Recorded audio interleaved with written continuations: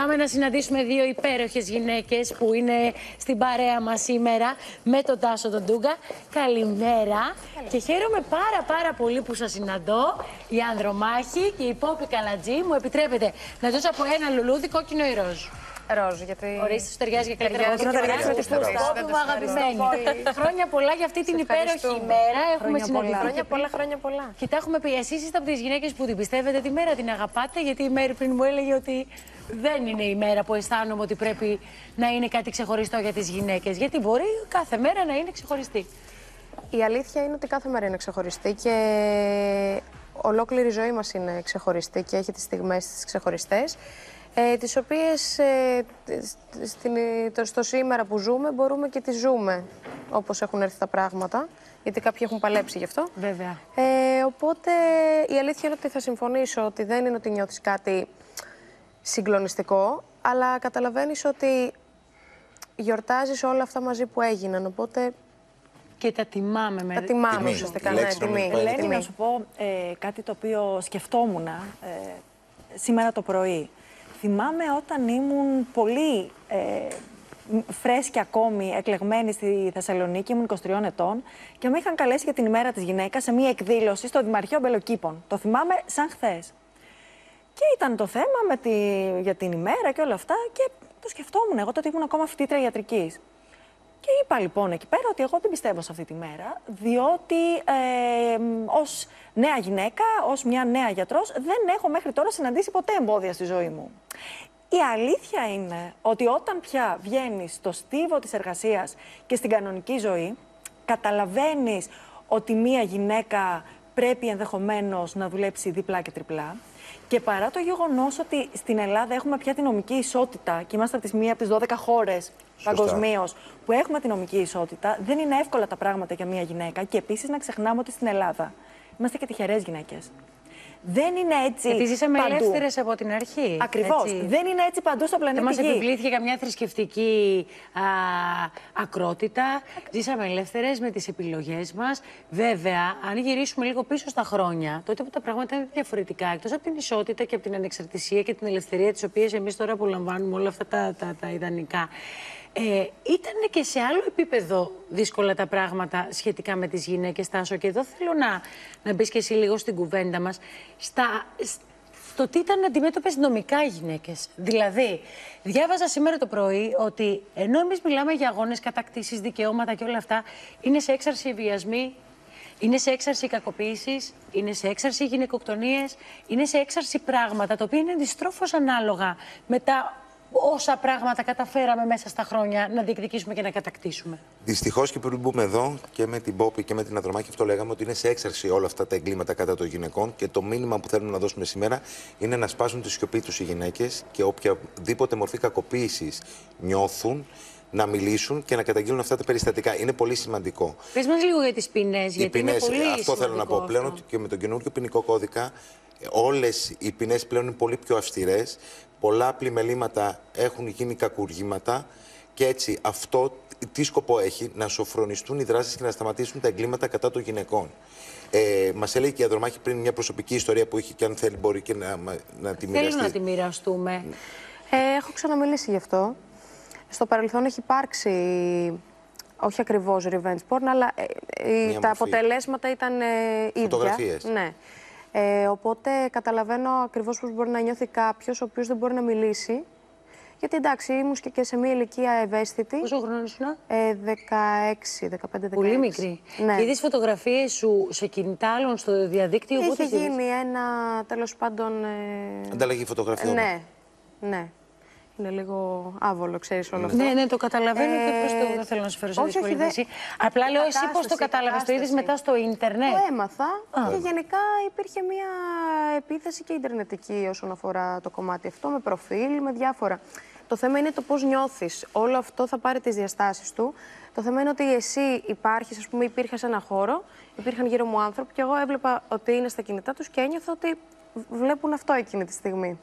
Τι έκανες, ποιο ήταν το πρώτο πράγμα που έκανες όταν αντιλήφθηκες ότι αυτό συμβαίνει?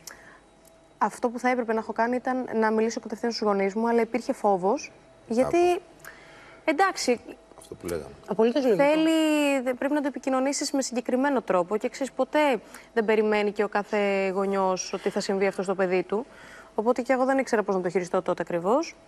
Με αποτέλεσμα να περάσει ένας χρόνος ολόκληρος και κάθε μέρα να χτυπάει το τηλέφωνο και να λέω τώρα θα το πούν, τώρα θα το πούν, τώρα θα το πούν. Άρα Εσύ έχεις να φόβο. μαραζώνεις, να φοβάσαι, να ταλαιπωρείσαι, να τρομοκρατήσει. Ναι, να περνάσω από όλη αυτή τη φάση τέλος πάντων τη συναισθηματική. Για κάτι που δεν φταίει. Για κάτι που δεν φταίει, ακριβώς. Οπότε η αλήθεια είναι ότι όταν είχα ξαναμιλήσει γι' αυτό, δέχτηκα πάρα πολλά μηνύματα από κορίτσια αντίστοιχης ηλικίας, τα οποία μου είπαν: σε ευχαριστούμε που το είπες, γιατί μας έδωσες και τη δύναμη. Και η αλήθεια είναι ότι από τους γονείς ξεκινάει. Δηλαδή, πρέπει να είσαι πολύ κοντά στο παιδί σου. Ο φόβος πολλές φορές και το άγχος, ξέρεις, δημιουργούν μία απόσταση. Πρέπει να είμαστε όλοι, ξέρεις, όσο πιο κοντά μπορούμε ένας στον άλλον.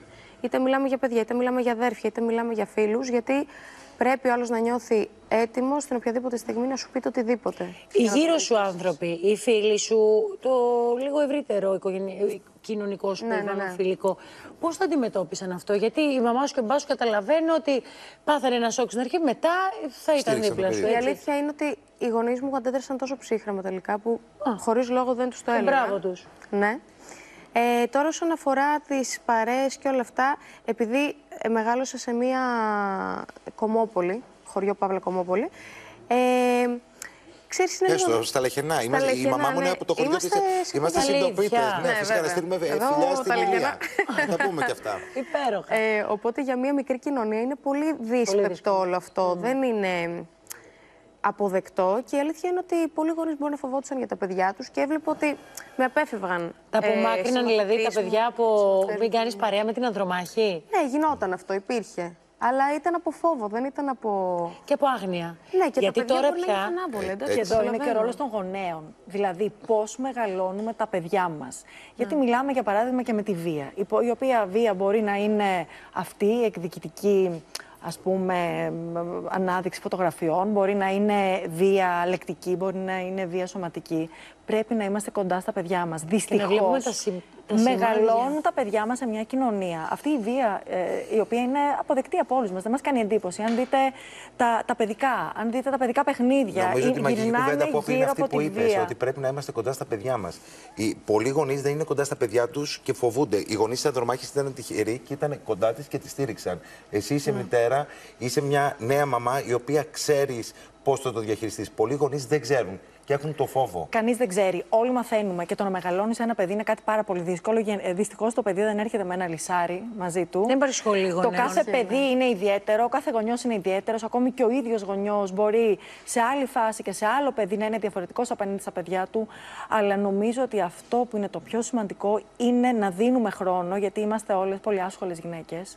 Πολύ άσχολοι γονείς, πολύ άσχολοι πατεράδες, να δίνουμε χρόνο για ουσιαστική επικοινωνία με το παιδί μας. Και ξέρεις, το παιδί μας θα το μας σημάδι μιλάει. φαίνεται. Δηλαδή, ό,τι και να έχει υποστεί το παιδί, στην περίπτωσή σου είναι αυτό που τώρα πια είναι τόσο διαδεδομένα τα social media και το ίντερνετ. Που αυτό, διάβαζα την υπόθεση στη Θεσσαλονίκη με το κορίτσι που τώρα είναι 18 χρονών και το έχει υποστεί αυτό από 13. Λοιπόν, και τώρα πια δικαιώθηκε και τιμωρήθηκε ο δράστης κτλ. Αυτό είναι κάτι πια που έχει πάρει μια διάσταση τεράστια. Θα συμβαίνει. Ένα σημάδι δείχνεις.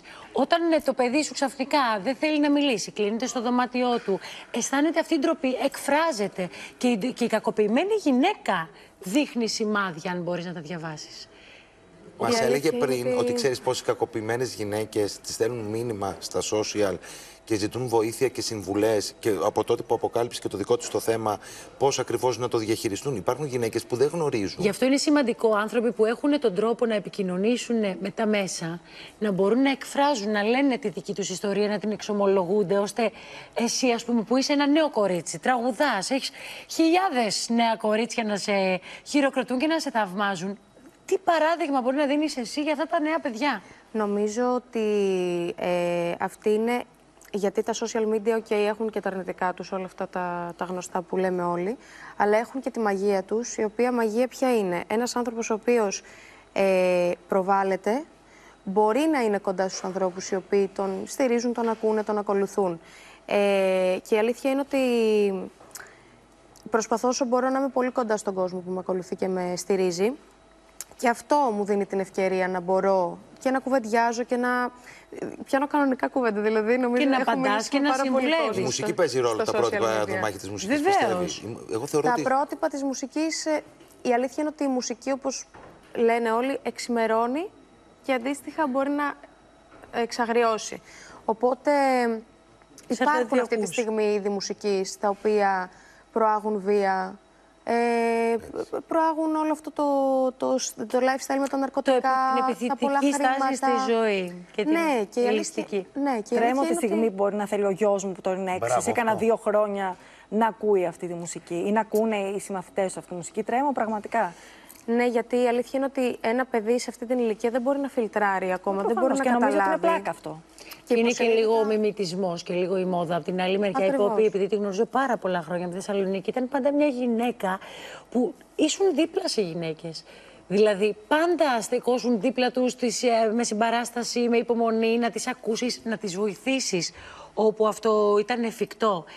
Στη δική σου διαδρομή υπήρξε μια γυναίκα σύμβολο για σένα? Κοίταξε, η αλήθεια είναι ότι εγώ τα πάω πάρα πολύ καλά με τις γυναίκες και τώρα ακόμη και το επάγγελμά μου, γιατί είμαι γιατρός και ασχολούμαι με την ιατρική του τρόπου ζωής. Στην ουσία ασχολούμαι πολύ ενεργά και στο Αττικό, στην Ιατρική Σχολή Αθηνών, με γυναίκες που περνάνε καρκίνο.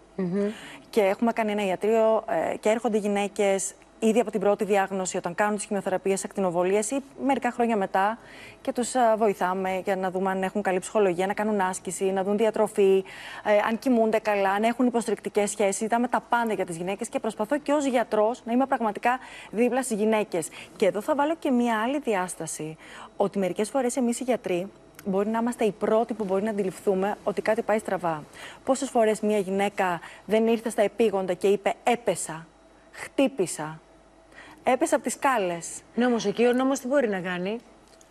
Αν δεν το καταγγείλει, δεν μπορεί να επίσημα κάνει ίδια. τίποτα. Επίσημα δεν μπορεί να κάνει τίποτα. Ανώνυμη καταγγελία μπορεί κάποιος να κάνει αυτό? Μπράβο. Δηλαδή Ελένη, μπορεί πολύ, ο γιατρός ανώνυμα πολύ ωραία να- ερώτηση. Κάποιος, αν η ανδρομάχη καταλάβει ότι στο φίλη της διπλανό σπίτι ανδρομάχης, ή η φίλη της ότι υπάρχει βία, μπορεί να κάνει Ή αν μια έρθει η ανδρομάχη στα επίγοντα. Το θέμα είναι όταν έρθει η ανδρομάχη στα επίγοντα. Και Μπορεί- εγώ καταλάβω ότι κάτι γίνεται στο σπίτι της. Ανώνυμα πλέον μπορούμε να κάνουμε καταγγελία και στην Πολύ αστυνομία και στις σημαντικό δομές. Και οι ελληνικές αρχές, πιστέψτε με, ότι πολλές φορές έχουν κάνει παρέμβαση και έχουν αποκαλυφθεί τέτοια περιστατικά. Αυτό θα σου πω τι άλλαξε. Ισχύει πάντα, όχι νομίζω. Πρόσεξε, με τις ανώνυμες καταγγελίες δεν δίναν σημασία. Τι εννοώ, δεν δίναν σημασία, γιατί η ανώνυμη καταγγελία δεν μπορούσε να γίνει σε τέτοια περιστατικά.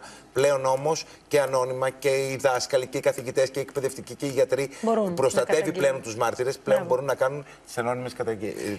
Πάρα πολύ σημαντικό αυτό.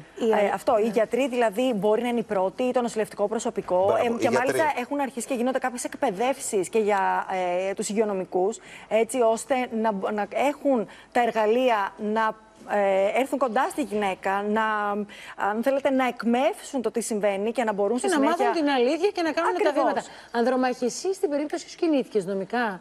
Είχε περάσει πολύ καιρό, η αλήθεια είναι, και δεν προλάβαμε να κάνουμε πολλά πράγματα. Δηλαδή, μπορείς μετά? είχε πλέον. Κοίταξε, Θα σας πω γιατί. η αλήθεια είναι ότι από ένα σημείο και μετά, εφόσον το είπα, εστιάσαμε περισσότερο στη ψυχολογική μου κατάσταση και στο πώς θα το χειριστούμε οικογενειακά, γιατί εντάξει, είναι δύσκολο. Οπότε δεν σταθήκαμε σε αυτό, εφόσον έχει περάσει και τόσο καιρό. Και η αλήθεια είναι ότι νιώθαμε κι εμεί ότι δεν ξέρουμε. Παιδιά, να δεν πούμε ξέρουμε όμως και πόσο το άλλο, μπορούσαμε ότι να στην κάνουμε. Ελλάδα η Πόπη είναι μητέρα. Αν συνέβαινε στο παιδί της, η ανδρομάχη όταν γίνει μητέρα, τι θα έλεγε στο παιδί σου? Τι θα έλεγε στο παιδί σου αν συνέβαινε? Υπάρχουν πολλοί γονείς που αισθάνονται ντροπή. Οι γονείς της ανδρομάχης, και το ξανατονίζω και πρέπει να το πούμε αυτό στον κόσμο. Υπάρχουν μητέρες στην επαρχία Βέβαια, και στην Αθήνα που ντρέπονται. αν το παιδί και ξυλοδαρμός να υπάρχει. Ξυλοδαρμός να υπάρχει, λέει μην το μάθει Μα η δεν τα κοινωνία. βλέπουμε εμείς συνέχεια εδώ. Μπράβο. Δεν τα βλέπουμε Και κάθε μέρα. επίσης, μην ξεχνάτε ότι πολλές φορές, για παράδειγμα, νομίζω κατά μέσο όριο 2.000 καταγγελίες γίνονται κάθε χρόνο. Πόσες τελικά πηγαίνουν στα δικαστήρια? Υπάρχει μια πάρα πολύ μεγάλη καθυστέρηση και σε κάποιες περιπτώσεις, όταν πια φτάσει εκεί και ενώ υπάρχει μια επώδυνη διαδικασία, κοντεύουν πια να παραγραφούν. Και από αυτή τη διαδικασία την επώδυνη, το θύμα είναι αυτό που περνάει. Γιατί ο προφανώς. θήτης δεν έχει γίνει γνωστός. Καταρχάς δεν το ξέρει ευρύτερο ο κόσμος. Έτσι, το θύμα έχει. Έχει φανεί αυτό που έχει γίνει παντού. Έχει πάνω την ντροπή, το τι θα πει ο κόσμος, την κοινωνική κατακραυγή, που είναι κάτι που δυστυχώς ή ευτυχώς στην Ελλάδα επικρατούσε τις προηγούμενες δεκαετίες. Έχει ακόμα κάποια κατάλοιπα. Τι θα πει ο κόσμος, τι θα πει η γειτονιά. μου κουνάνε το ακριβώς δάχτυλο και με έτσι. δείχνουν. Πολύ περισσότερο και από όσο νομίζουμε. Το σκέφτεται ο κόσμος αυτό. Δεν το σκέφτεται. Δεν το σκέφτεται μια γυναίκα, μα θα χωρίσει το 2024, γιατί τι θα πει ο κόσμος. Έτσι.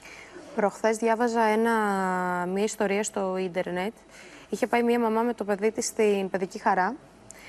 Και τέλος πάντων ήταν ένα κοριτσάκι στις κούνιες, το οποίο φάνηκε, κατάλαβε από τις κινήσεις του ότι υπάρχει, ρε παιδί μου, μια δυναμία. Και τελικά είχε αυτισμό το κοριτσάκι. Ήρθαν στην παιδική χαρά 2 άλλοι γονείς με το παιδί τους. Και όταν πήγε να πλησιάσει το παιδί τους, του φώναζαν: φύγε από αυτό το κοριτσάκι, σου έχω πει να μην το πλησιάζεις. Που το παιδάκι καταλάβαινε. Οπότε γενικά, σε όλα τα επίπεδα αυτό απλώνεται. δεν είναι μόνο η βία, είναι πάρα πολλοί τομείς στους οποίους οι γονείς πρέπει λίγο, αλλά από εμάς ξεκινάει. Όταν σκέφτεσαι τι θα πούν, επειδή κάθεσαι με τον Τάσο, τι θα πούν, γιατί αυτό, τι θα πούν. Είναι όλο λάθος. Μετά, καταρχήν, όλες οι επιλογές σου είναι άστοχες. Έτσι ακριβώς. Όλες οι Πάντως, αν επιλογές θέλετε, επειδή θέλω να βάλω και μια θετική διάσταση. Δεν υπάρχει θετική διάσταση στη βία, αλλά σήμερα είναι και μια μέρα που πρέπει να είμαστε αισιόδοξες. Εμείς οι γυναίκες έχουμε καταφέρει πάρα πολλά πράγματα. Σήμερα στην Ιατρική Σχολή Αθηνών, για παράδειγμα, με την οποία συνεργάζομαι, τα κορίτσια είναι περισσότερα από τα αγόρια. Η διευθύντριά μου είναι γυναίκα. Έχουμε μία πρόεδρο της Δημοκρατίας γυναίκα. Οπότε πρέπει να δούμε φτάσει λίγο και κάποιες γυναίκες πρότυπα στην ελληνική κοινωνία. Και όπως είπες νωρίτερα και εσύ, Ελένη, πρέπει μια γυναίκα να στηρίζει την άλλη γυναίκα. Και θέλω να δώσω και ένα θετικό μήνυμα. Εκτός των άλλων, είμαι και πρόεδρος στο Σύλλογο Φίλων της Μευτικής και Γυναικολογικής Κλινικής στο Αρετέιο Νοσοκομείο, που λέγεται Δίπλα στη Γυναίκα. Αν κάποια μας ακούει, μια κυρία μέχρι τη 1 σήμερα μπορεί να πάει δωρεάν και να ενημερωθεί είτε από την Μευτική Κλινική και την Γυναικολογική, είτε από την Νεογνολογική Κλινική, είτε από την Νοσηλευτική Υπηρεσία, για όλα αυτά που την αφορούν, σε ένα δημόσιο νοσοκομείο, στο κέντρο της Αθήνας, και προσπαθούμε με δράσεις να είμαστε δίπλα στη γυναίκα. Και η αλληλεγγύη είναι κάτι πάρα πολύ σημαντικό. Για παράδειγμα, στη διάρκεια του κορονοϊού, κάναμε δράσεις mentoring που οι γυναίκες ήταν μόνες τους, κλεισμένες. Μες στο σπίτι, και ξεχνάμε και τη βία που είχε να κάνει και με την καραντίνα. Οι γυναίκες ήταν κλεισμένες και εμείς κάναμε mentoring στις γυναίκες που ήταν κλεισμένες. Έχουμε κάνει ένα δωμάτιο. Με κακοκριτικές σχέσεις, τις οποίες κουβαλούσαν από Αλλά και μην πριν. ξεχνάμε ότι πολλές γυναίκες πλέον κάνουν δουλειές που κάνανε οι άνδρες πριν 20 και 30 χρόνια. Και μόνο που το συζητάμε, βέβαια, αυτό, και μόνο που συζητάμε, είναι λίγο σαν το νομοσχέδιο για τους ομόφυλους για μένα αυτό το πράγμα. Και μόνο που συζητάμε ότι οι άνθρωποι πρέπει να έχουν ίσες ευκαιρίες και ίσα δικαιώματα, αυτό που μόνο του είναι λίγο προβληματικό. Από τότε που διαχωρίστηκαν τα δικαιώματα των ανθρώπων σε γυναικεία και σε ανδρικά, σε δικαιώματα ομοφυλόφιλων και ετερόφιλων. Δηλαδή, θέλω να πω, σε μερικά πράγματα να αφαιρθούμε σαν να τα έχουμε κατακτήσει. Να πάμε ένα βήμα μπροστά. Εμείς, αυτή η γενιά. Γι' αυτό λέμε είναι η μέρα τιμής. Νομίζω ότι συμφωνούμε όλοι. Και επειδή νομίζουμε ότι στην Ελλάδα σε κάποια πράγματα είμαστε πιο πίσω. Έχω να σας πω, πιστεύω ότι η Ελβετία είναι μια προοδευτική χώρα ή μια μη προοδευτική? Στα οικονομικά της είναι προοδευτική. Δικαίωμα να ψηφίζουν οι γυναίκες απέκτησαν στη δεκαετία του 70 στην Ελβετία. Άρα λοιπόν δεν πρέπει να ξεχνάμε και τα θετικά τα οποία έχουμε κάνει, να μένουμε η μία γυναίκα δίπλα στην άλλη γυναίκα. Αυτό είναι σημαντικότερο για να μένα. μιλάμε με τις φίλες μας, και η αλήθεια είναι ότι πολλές φορές που συζητώ με τις ασθενείς μου, θαυμασμό, γιατί βλέπουμε διάφορα. αν λέω αν σας στηρίζει η οικογένειά σας, μου απαντούν, με στηρίζουν οι φίλες μου. Και ας μείνουμε σε αυτό. Σας ευχαριστώ πάρα πολύ. Πόπη, μου χάρηκα πάρα πολύ που σε είδα. Αλήθεια σου λέω. Τάσο με σένα χαίρομαι κάθε φορά που σε βλέπω. Αυτό το όμορφο κορίτσι χάρηκα πολύ που το γνώρισα. Χάρηκα πολύ. Όλα τα καλά. Ευχαριστώ πολύ σε όλους μας. Είσαι μια κούκλα όμορφη. Επίσης.